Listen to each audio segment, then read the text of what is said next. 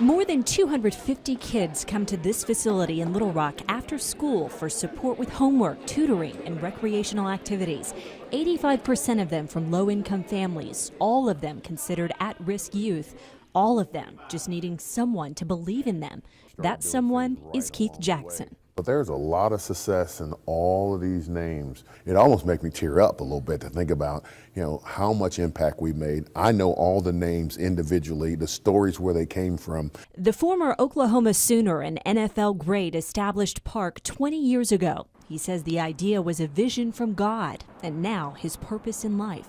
And it's this whole picture of being able to change kids' lives. But then I had to come back and start at the beginning. And the place that he wanted me to start was in Little Rock, Arkansas. That was a tough deal knowing that I, didn't play for the Razorback and skipped to Oklahoma. But I did come back here because I wanted to impact my own community and my own city. P.A.R.K is a 5-year commitment. Students with a grade point average of 2.0 or lower enter the program in the 8th grade. Thanks to the instructors and mentors here, hundreds of kids have graduated from high school and gone on to become first-generation college students.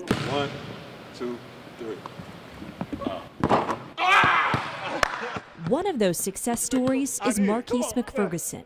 If I had to paint a picture of what P.A.R.K should be like, it would be him. Marquise lost his father when he was 13 years old. He lived here with his mom, who worked 3 jobs to support them, but it still wasn't enough to make ends meet. So there were times, especially throughout the year where, you maybe come home and you have crackers and peanut butter for dinner, that would be dinner, or, you'll be fortunate to have that. You really couldn't get upset with your mother because I know she's doing the best she can. I grew up in the 90s in Little Rock, so it was right around the gangbang in the Little Rock era, so that was kind of difficult, being around gangs and different things of that nature, had drugs in the neighborhood, of course, prostitution. Marquise could have easily become a product of his surroundings, but a school counselor saw something in him and recommended him for the P.A.R.K program.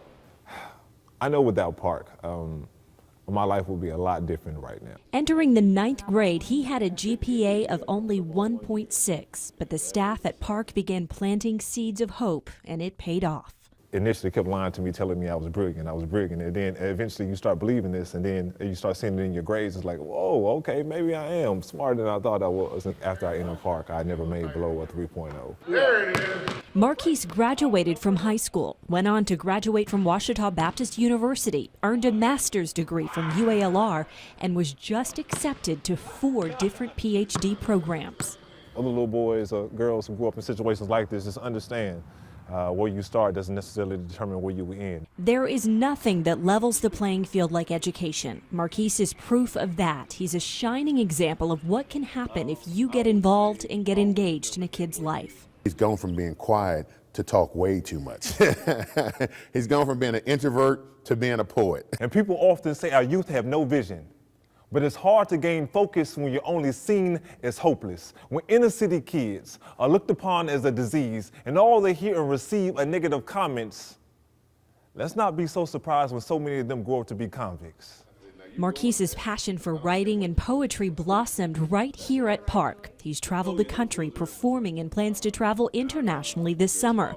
This P.A.R.K graduate has dreams of changing the world, and we won't be surprised at all if he does. So hopefully my story can inspire other people to chase their dreams, and maybe it's not a PhD program, maybe it's opening your own business, maybe it's going to college and being the first one in your family to do so. Whatever that dream is, hopefully my story can inspire other people to be their very best self.